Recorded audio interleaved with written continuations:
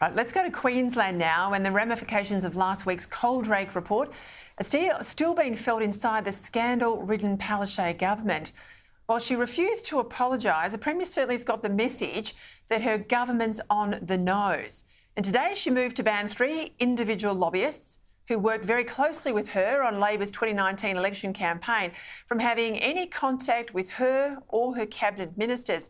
Problem solved, said the Premier, as she declared yesterday that she now leads the most transparent government in the country. Now, all of that's completely laughable, and to explain why, I'm now joined by the Queensland opposition leader, David Crisafulli. Well, so she's banned these 3 Labor-linked lobbyists, David, but not their companies or any other of the Labor-connected staff that work for them. Does she think Queenslanders are stupid? Absolutely laughable. In the case of Mr Moorhead, a former MP, a former State Secretary, he's not even in Queensland anymore. He's moved to Canberra because he's spotted greener pastures with the change of government. To say that you're banning him from liaising with Queenslanders whilst he's left his minions behind here to funnel the rivers of gold back to him is just laughable. Today, we revealed that since the establishment of this firm only a handful of years ago, Annastacia has donated $217,000 to the Labor Party. Now, I'm sorry, but that is a bucket load of money. I'm sorry, but there is access to their clients that is at unprecedented levels. You've had them engaged to teach ministers how to talk to their own chairman of boards. It is a farcical situation, and for the Premier to try and say that somehow by limiting an individual from dealing with a government when his company can continue, that shows you that she has learnt absolutely nothing and that their transparency remains in tatters and the integrity inferno burns through this government.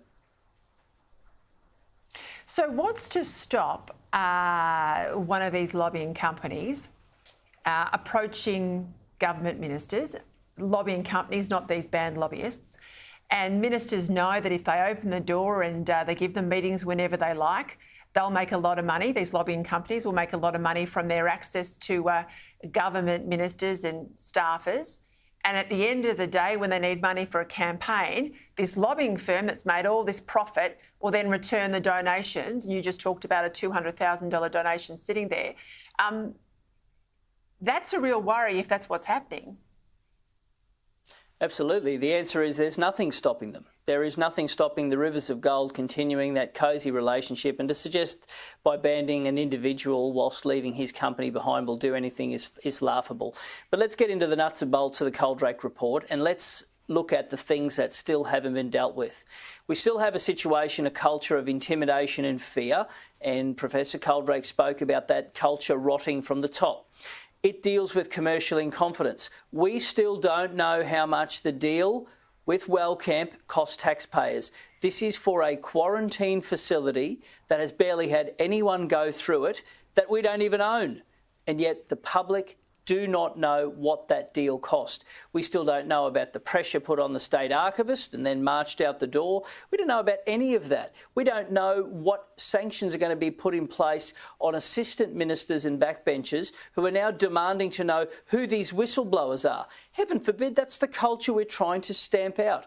There is an integrity crisis in this government and they are oblivious to it. And if they think that Queenslanders won't see this through this absolute charade of saying I'm banning dealing with an individual whilst their company can continue to rake in rivers of gold from the state government, well, I think they will be called for the fools that they are, because Queenslanders are a little too smart for that.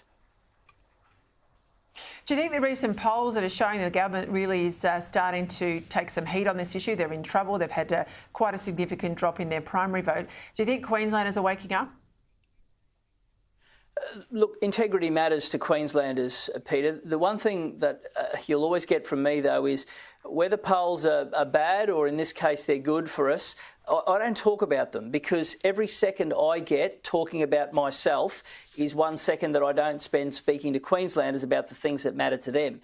And no one out there cares about me. They care about their family. And what they tell me is they are sick and tired of the Queensland health crisis, where our ambulance ramping is the worst in the country.